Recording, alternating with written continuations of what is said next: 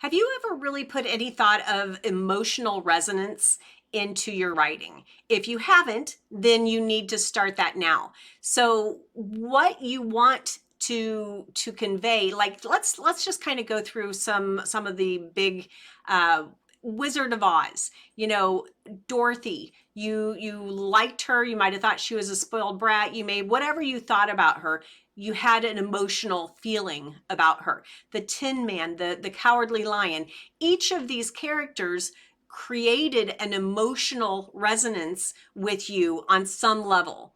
Now, in your story, you want your reader to have that same emotional connection or resonance with your characters. You want them to relate to them on some level, whether they hate them, whether they recognize that as the bad in themselves, whatever it is. Make sure that you make your characters someone that your reader can resonate with.